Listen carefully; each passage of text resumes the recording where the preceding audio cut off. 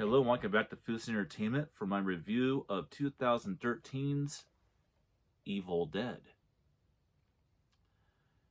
Now, this is a remake. I have now finally come to the conclusion that yes, I'm going to call this a remake. I know for the longest time, I have called this a reboot. I'm not calling it a reboot, I'm calling this a remake. Alright, I will be talking about the plot of the film, the rules opinion of the film, my opinion of the film, talk about the Scream Factory 4K limited edition steelbook here, and the quality, and talk about differences between the two cuts, and give it a ranking. So let's get on with it. The plot of the film, basically this is a remake, but things have been changed a little bit. In a desperate attempt to help their friend, a bunch of friends goes ahead and brings a recovering drug addict to a cabin that used to be owned by their family, deep in the dark woods. After going ahead and getting this individual to give up her drugs and just go cold turkey, they discover that it hasn't always been 100% abandoned. And instead, they discover a bunch of very weird, bizarre stuff in the basement of the cabin, to where they come across this mysterious book. And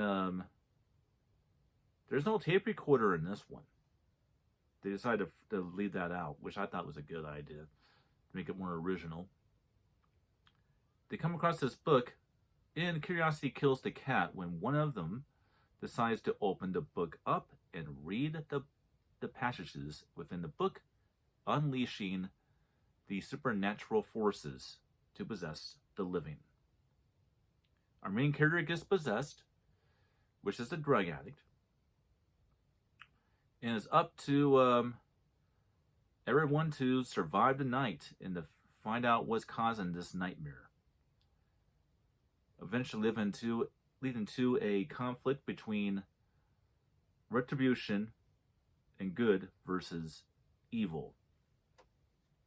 That's a good way of saying the plot without giving too much of it away. That's in case there's somebody who's watching this video that hasn't actually seen the remake of Evil Dead from 2013. Now, the rules opinion of the film.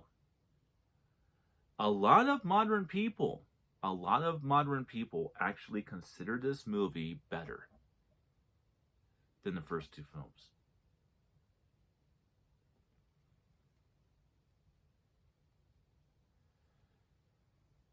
I actually am going to surprise you, because now we're going on to my opinion. After watching all these films back to back over the course of 5 days, I am actually going to have to say I agree. This is actually my favorite Evil Dead film. It's very, very weird I'm saying that. It's very, very weird because I usually do not. And the reason why I don't is because most of these remakes,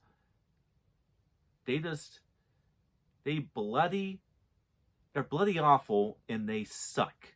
Okay, I'll just very much say it. Most of these remakes absolutely suck. And people who have been following my channel for years know that I'm very firm about that.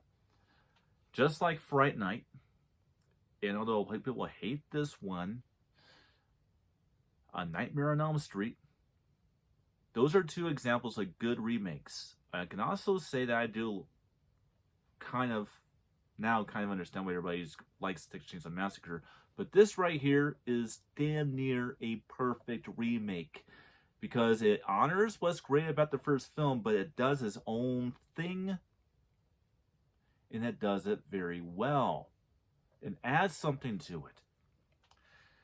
And yeah, it is my favorite Evil Dead film.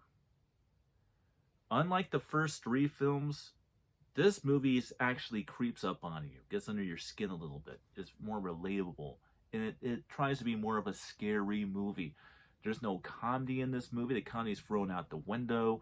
You have this a lot more serious, a lot more cunning, freaky, creepy horror film out of this versus a dark comedy mixed in with a gore fest of goofiness, which is kind of what the first three films are, but that's why we like those three films. But if you want the one that's not goofy, the one that's serious, the one that gets under your skin, it's this one.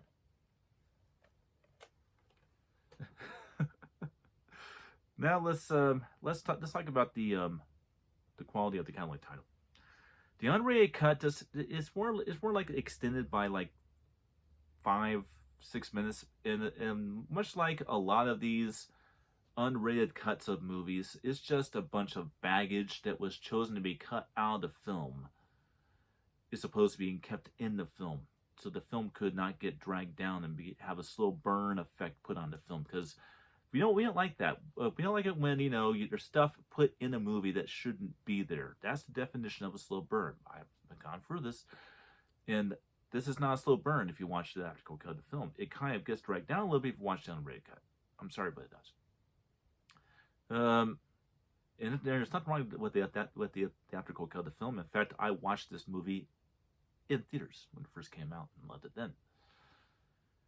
The 4K, does it actually enhance the film? This is actually where it goes interesting. It does not. Unlike the first three films, I think the 4K is a drag down. It doesn't look really any different from the 2K version of the film. It does, but it kind of doesn't. You see, there's a lot of that grayness there, and a lot of that piscated picture is still there. Now, I'm pretty sure, obviously, as better as 4K, it has to be. But it wasn't nearly as impressive as the first three Evil Dead films. The audio, pretty much the same as the regular Blu-ray, so it's still a pretty good ride. And that's what I gotta say about it. And I will see you guys on the next one. Definitely check this movie out. It's a good one.